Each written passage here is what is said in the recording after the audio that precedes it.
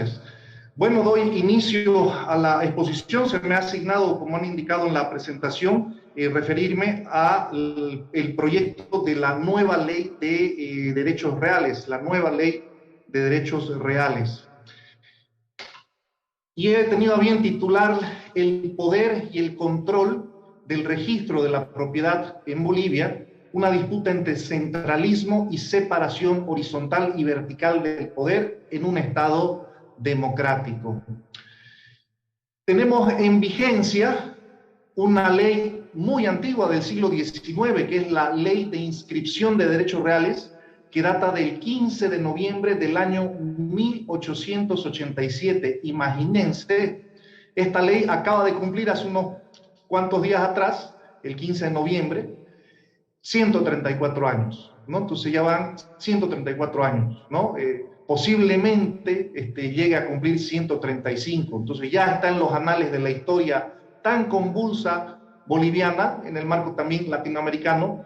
Tenemos más de 19 textos constitucionales, tenemos muchos cambios legislativos, pero nuestra ley de derechos reales tiene 134 años y está hoy en día vigente, y es la que sostiene todo este movimiento del mercado inmobiliario febril del país y sobre todo de las ciudades del eje y sin duda alguna de la principal, que es Santa Cruz de la Sierra. Sin duda alguna es obsoleta, ¿no?, en sus aspectos técnicos, tecnológicos, ni que se diga, y de calidad y eficiencia de sus servicios administrativos. Uno no puede menos que sonreírse cuando relee sus artículos y da las indicaciones, como lo dice también nuestro Código Civil, pese a que es mucho más moderno, de las notas marginales, ¿no? Desde que el registrador deberá apuntar una nota marginal al lado de la partida. Entonces son instrucciones operativas del siglo XIX, cuando eran manuscritos, ¿no? Manuscrito, uno puede imaginarse al notario y al registrador de derechos reales con su pluma, ¿no?, y su tinta haciendo las notas marginales, y es la ley que tenemos en vigencia.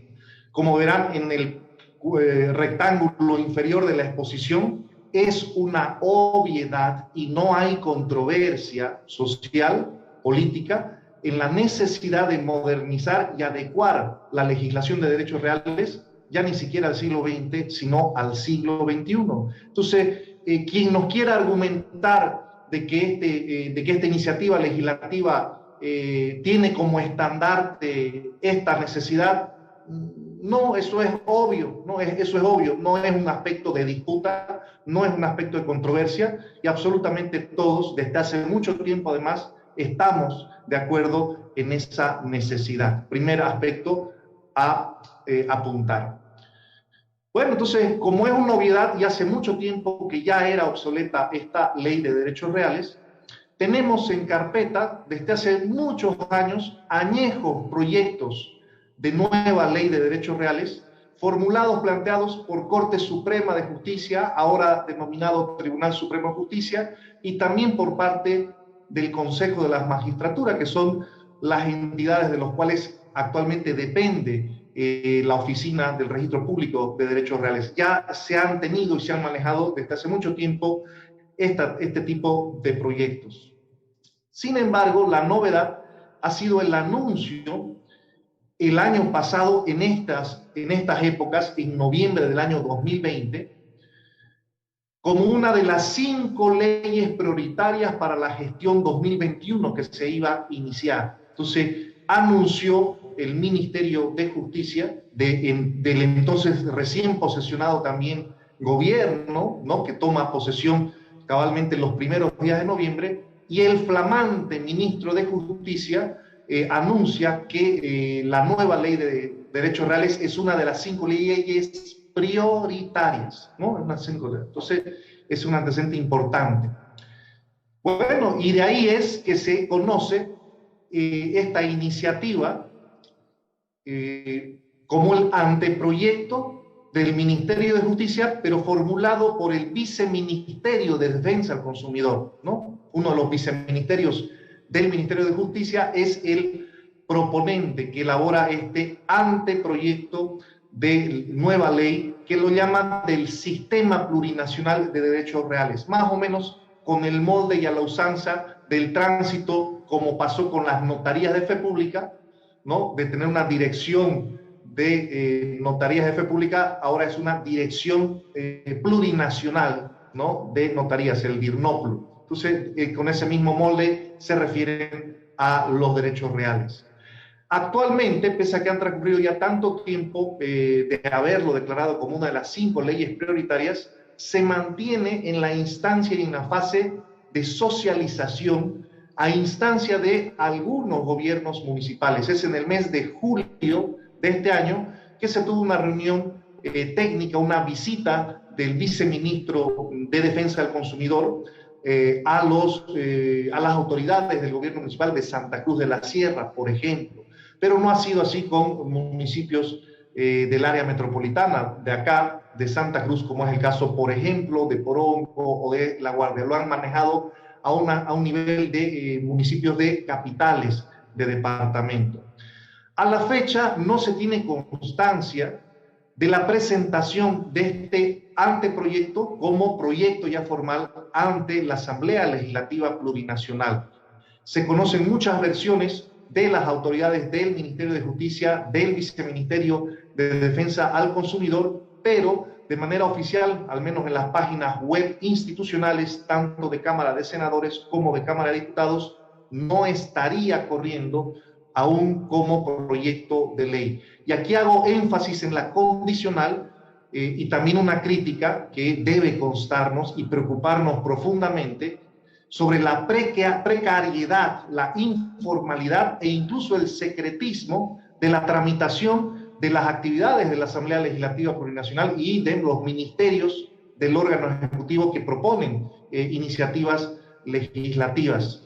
Es muy difícil hacer seguimiento a un trámite, a una iniciativa legislativa, ¿no? Más o menos que dependemos de las coberturas periodísticas que puedan hacer los grandes medios de comunicación. Las oficinas del Estado en la Asamblea, en las cámaras y en los ministerios no tienen una política de difusión y de seguimiento y de información a la ciudadanía acerca del detalle del íter, del camino y del estado de tramitación de estos procesos. Sin embargo de ello, lo que se ha podido recoger de la información periodística en el transcurso de este año prácticamente, es que esta iniciativa del órgano ejecutivo para una nueva ley de derechos reales tiene 2 puntos controversiales, porque reitero, hay consenso absoluto en el tema de la necesidad y la obsolescencia técnica, tecnológica y administrativa de una ley del siglo XIX. Pero hay 2 puntos en controversia que han causado mucha susceptibilidad en sectores de la sociedad. El primero de ellos es que arrancaría derechos reales al órgano judicial, específicamente al Consejo de la Magistratura, y lo absorbería el Ministerio de Justicia, tal y como lo ha hecho ya en el pasado, con el caso de las notarías de fe pública que mencionamos también, y con el caso del registro de los abogados, ¿no? Ambos han sido actualmente absorbidos por el Ministerio de Justicia, que no tenía antes esas atribuciones. Y de igual manera, un segundo aspecto controversial es el acceder a la información de los gobiernos municipales que tienen almacenadas en los catastros municipales. Imagínense ustedes esa información muy valiosa que tiene un valor económico y que tiene también una utilidad enorme, que pertenece a los gobiernos municipales. Muchos de ellos han hecho inversiones de grandes sumas de dinero. Al menos tengo constancia del caso de Santa Cruz de la Sierra, que tiene una data antigua en el registro catastral inmobiliario de ciudades tan grandes como son la de Santa Cruz de la Sierra, la de La Paz, la de Cochabamba y la de la ciudad del Alto.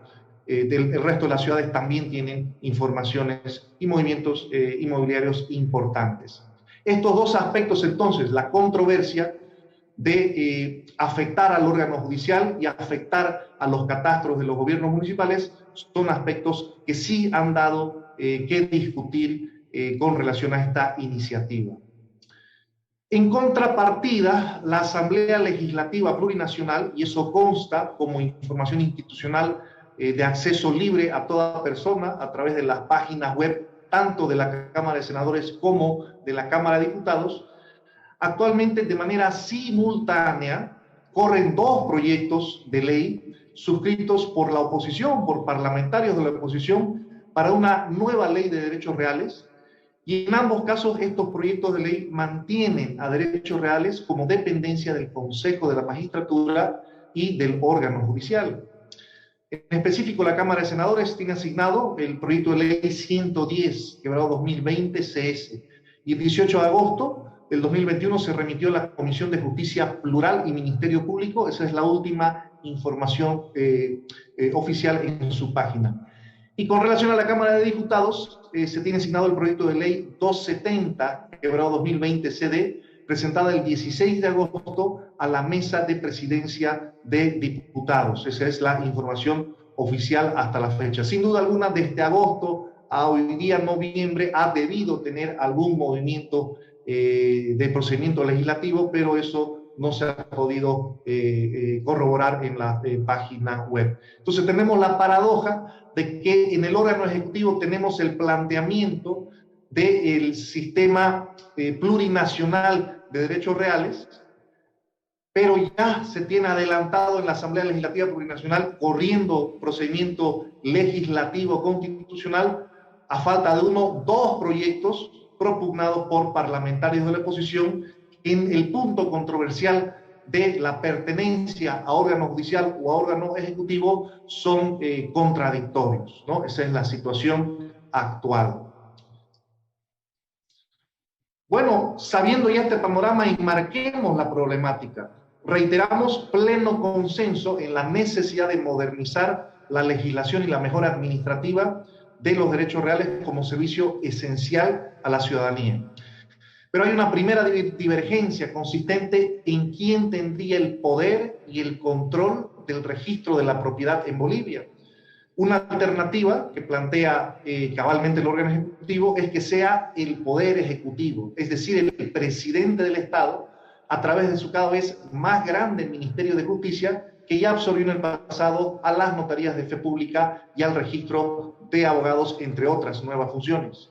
Y una segunda alternativa sería mantener en el órgano judicial, dentro del Consejo de la Magistratura, y que además es su principal fuente de recursos económicos, de entre los exiguos recursos con los que cuenta la justicia boliviana. Este no es un detalle menor. Hace muchos años ya, con la abolición de la obligatoriedad de timbres judiciales y algunos otros valores más, se afectó al presupuesto de recursos propios, llamados así, del órgano judicial. Y aún le queda, también se afectó con el traslado de las notarías de fe pública. Y una tercera afrenta al presupuesto autónomo, si se quiere, no dependiente de transferencias del TGN a disposición del Ministerio de Economía y Finanzas, sería la fuente de ingresos por el servicio de los derechos reales. Es un aspecto no menor que también hay que mencionar. Una segunda divergencia en estos proyectos de ley de derechos reales es la consistente en el acceso y la operabilidad en favor del Ministerio de Justicia de toda la información inmobiliaria. Reitero, toda la información inmobiliaria del país actualmente almacenada de manera dispersa en los diferentes catastros de cada uno de los cientos de municipios del país, en despacho del Ministerio de Justicia, ¿no? Y además con el agregado de que no ha concurrido a construir, a formar dicha información tan valiosa. Ese es otro aspecto a discutir. Bueno, ante ese panorama, ante ese marco de problemática, ¿qué cabe hacer ante esas disputas acorde al Estado constitucional y democrático proclamado en el artículo 1 de nuestra Constitución? No es piedra libre, perdón, no es dibujo libre, no es un ensayo de a mí me parece, ¿no? O a mí me parece de otra manera. Desde una perspectiva constitucional, es desde la misma Constitución que tenemos que tener líneas de desarrollo para responder esta problemática. Y cabalmente el artículo 1 de nuestra Constitución vigente proclama que Bolivia no es un dibujo libre, no es una decisión permanente, sino que es un Estado constitucional y democrática, además de otras características, sin duda alguna. Bueno, si eso es así, si caemos en cuenta que Bolivia es un Estado constitucional y democrático, la respuesta es que se debe aplicar el artículo 12 de la Constitución, el cual contempla el principio de independencia y separación de poderes, para poder responder si corresponde asignar derechos reales al órgano judicial, mantenerlo en él, o más bien transferirlo lícitamente al órgano ejecutivo. El artículo 12 contiene el principio, la teoría de separación e independencia de poderes. Conociendo ello, es bueno refrescar algunos aspectos esenciales de esta teoría, ¿no?, de la independencia y separación de poderes. Es muy antigua, es una teoría clásica, la formula el barón de Montesquieu, filósofo francés, en su obra clásica Cumbre, el espíritu de las leyes, del año 1748. Algo de bueno debe tener este postulado para que haya sobrevivido por tantos siglos y siga ahora teniendo tanta actualidad en el mundo.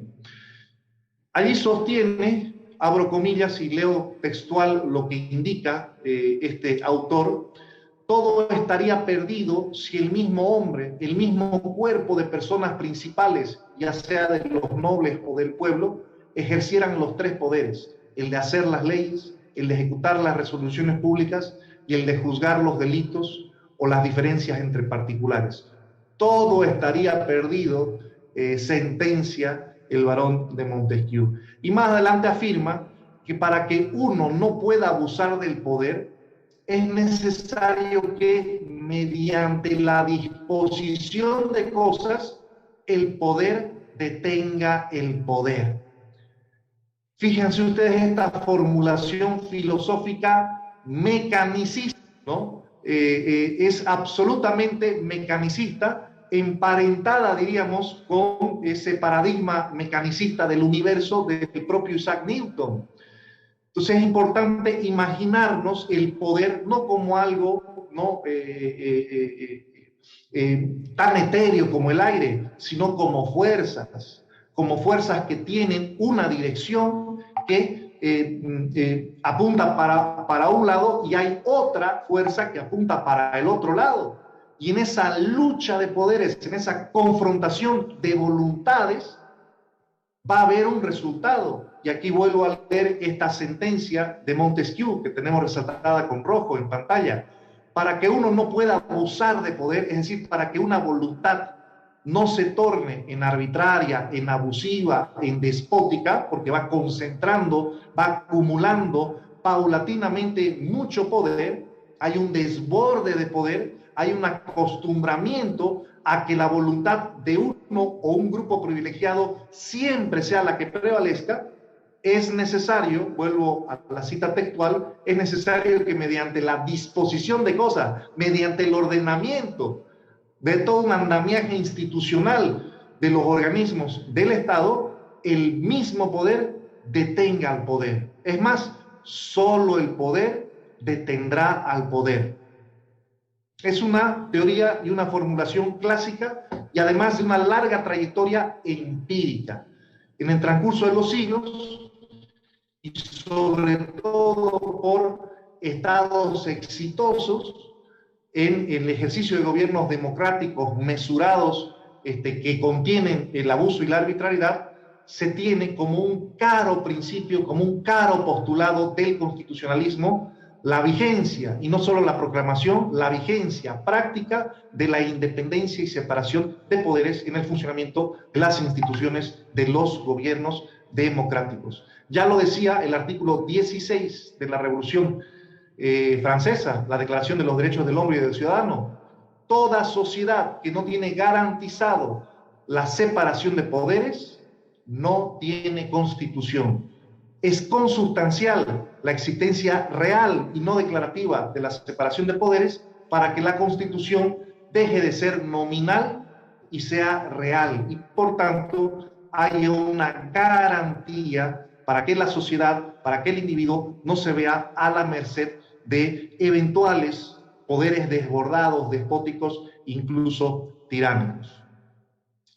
Bueno, teniendo en cuenta ello, la conclusión lógica, ¿no?, de todo este concepto teórico abstracto que tiene un desarrollo empírico comprobado por el transcurso de siglos en diferentes latitudes del planeta, que la nueva ley de derechos reales, en el marco de los artículos primero de nuestra Constitución, que proclama que Bolivia es un Estado constitucional y democrático, y el artículo 12, que contiene que no se podrá concentrar el poder y que más bien se tendrá que ejercer las funciones de manera dividida entre los órganos y demás instituciones. Por tanto, esta nueva ley de derechos reales, en el marco de estos artículos primero y 12avo de la misma Constitución, no debe propender a absorber ni a concentrar en el órgano ejecutivo las funciones y a las entidades del órgano judicial, ni la de los gobiernos autónomos municipales, en el caso de los catastros, so pena de generar desequilibrios en el ejercicio de este poder que paulatinamente irá degenerando en un gobierno sin duda despótico.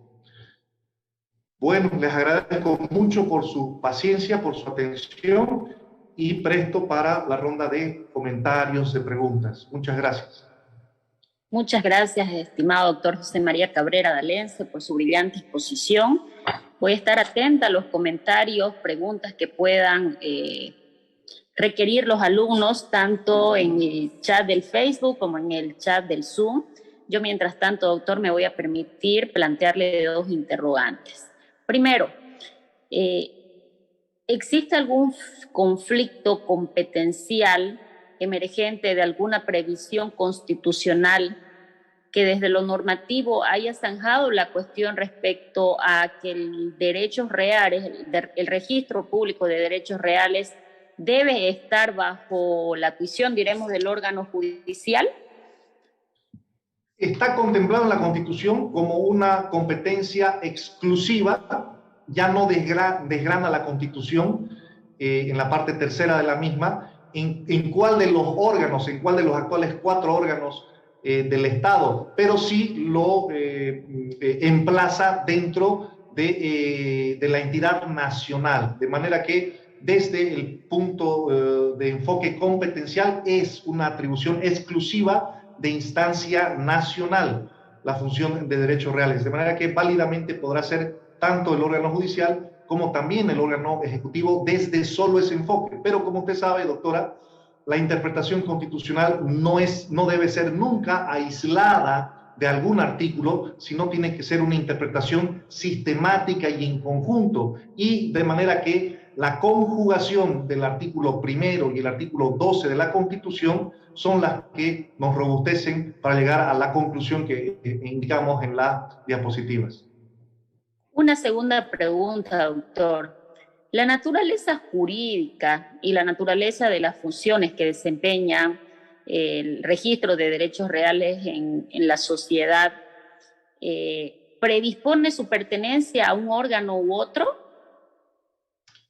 Mire, desde la fundación de la República, el registro de derechos reales ha estado asignado al Poder Judicial y podríamos denominarlo como una función parajudicial, ¿no? La función judicial per se, ¿no? Y en stricto sensu es la de juzgar, ¿no? Conflictos de derechos, ¿no? Un tribunal, un juez, donde dirime una disputa.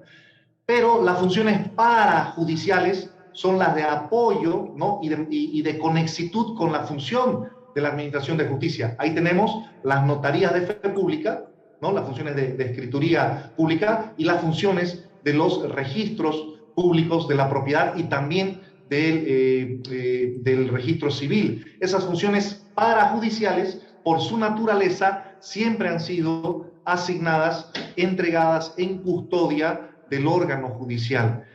Y al órgano que siempre el constitucionalismo tiene que estar preservando y cuidando de exceso, de desborde, de abuso, no es el judicial y ni siquiera el legislativo.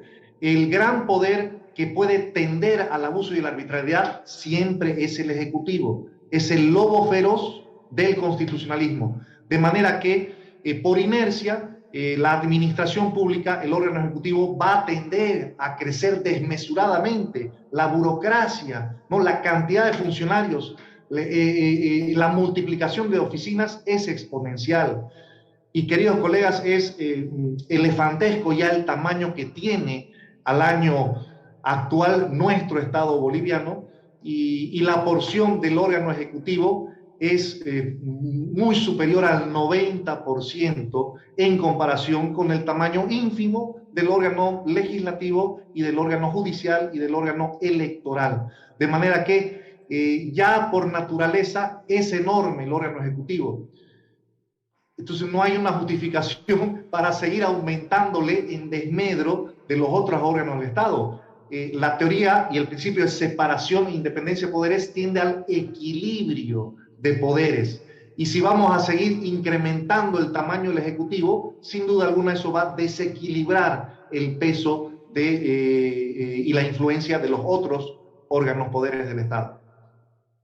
Presupuestariamente hablando, querido doctor, ¿será que los ingresos que genera el funcionamiento de derechos reales va a provocar desequilibrio, inestabilidad financiera al funcionamiento del órgano judicial en caso de consolidarse una de las propuestas contempladas en estos diversos proyectos de ley es trasladar el manejo de derechos reales del judicial al ejecutivo? No tengo a mano los números, no tengo a mano planillas, pero sin duda alguna va a ser va a ser lacerante para la autonomía, para la independencia económica, ya venida a menos del órgano judicial, porque cada centavo va a tener que ser negociado, solicitado y requerido por el presidente del Tribunal Supremo de Justicia que encabeza al Consejo de la Magistratura, al ministro de Economía y Finanzas, porque al final del día todo el manejo de entidad del Estado se hace en base a un presupuesto, y si no se tiene presupuesto para el funcionamiento, muy pocas condiciones se tendrán para ejercer con independencia ya la función propia judicial. Entonces, no va a ser el soporte tampoco los ingresos propios del órgano judicial. Necesariamente el presupuesto general del Estado debe asignar una partida que hoy día no llega ni por si acaso ni al 1% del presupuesto general del Estado, ni al 1%. Pero si a eso se le agrega que se le va a disminuir la cantidad que le genera derechos reales, mengua aún más, ¿no? Lo pone en una situación mucho más penosa y hasta miserable, diríamos, de las finanzas del órgano judicial. Exactamente, doctor, y le comentaba esto porque me queda pendiente aún verificar la exactitud del dato que me pasaron, pero me indicaban de que poco más del 60% significa el ingreso de derechos reales respecto a los ingresos propios del funcionamiento del órgano judicial, que como bien usted decía, recibe menos del 1% del presupuesto general del Estado, ¿no? Entonces, más allá de generar una inestabilidad, lo cierto es que en consonancia con este principio de separación de poderes propio de un Estado de derecho democrático, se generaría una suerte de dependencia del judicial y hasta de obligatoriedad de congraciarse con el poder de turno para poder recibir un presupuesto mayor que permita un adecuado funcionamiento y dignifique, pues, ¿no? el desempeño de la función por parte de los jueces. Tenemos una pregunta del público, querido doctor. No me permito yo leer, no sé, por algún motivo no me ha salido y me ha desaparecido. No sé si los administradores, por favor, me pueden visualizar la pregunta. Me parece que una compañera... Muy bien. Dice, buenas noches, doctor. En caso que nos constituyésemos en un Estado federal, este actual proyecto de derechos reales ya no aplicaría, ¿cierto? Porque el registro de propiedad de terrenos en nuestra región debería estar reglada por la gobernación. Si es que se tuviese que realizar esa ese tránsito hacia el federalismo, nuevamente se tendría que discutir la distribución de competencias, ¿no? Entonces ahí dependerá de esa nueva constitución federal donde asigna la competencia de derechos reales. Es una quimera la propuesta federal. Es una quimera. Yo lamento mucho que la demagogia, ¿no?, de los políticos estén distrayendo la atención de Santa Cruz, sobre todo, en un aspecto tan intangible. El Estado autonómico debemos fortalecerlo y debemos hacer que prevalezca. Costó mucho esta reforma constitucional y costó muchas generaciones poder llegar a conquistar esta autonomía que hoy se tiene. Y un aspecto, doctora, si me permite, la metodología que hemos planteado en la exposición para resolver la disyuntiva entre si se permite, ¿no?, el tránsito de derechos reales al órgano ejecutivo y la inmiscusión en el catastro municipal del órgano ejecutivo, no corresponde a un criterio político o de voluntad, o peor aún de capricho, sino una metodología jurídica acorde con el planteamiento de Estado constitucional de derecho. Esto mismo aplica sea quien sea el gobierno nacional de turno. Y incluso se aplica este mismo criterio y metodología a gobiernos departamentales, a gobiernos municipales, sea del partido político de turno que sea, porque también es un dogma del constitucionalismo que no hay gobernante noble y virtuoso, sino que por su naturaleza humana, cuando toque el ejercicio del poder, sea del partido político que sea, va a tener una perversión natural al abuso y a la arbitrariedad. Por eso el antídoto constitucional del constitucionalismo es ese contrapoder, siempre buscar ese contrapoder para el equilibrio. No es un tema partidario, no es un tema de ideología política, sino es un tema de la invención de la ciencia constitucional para procurar un gobierno lo más equilibrado posible que contenga el abuso y la arbitrariedad.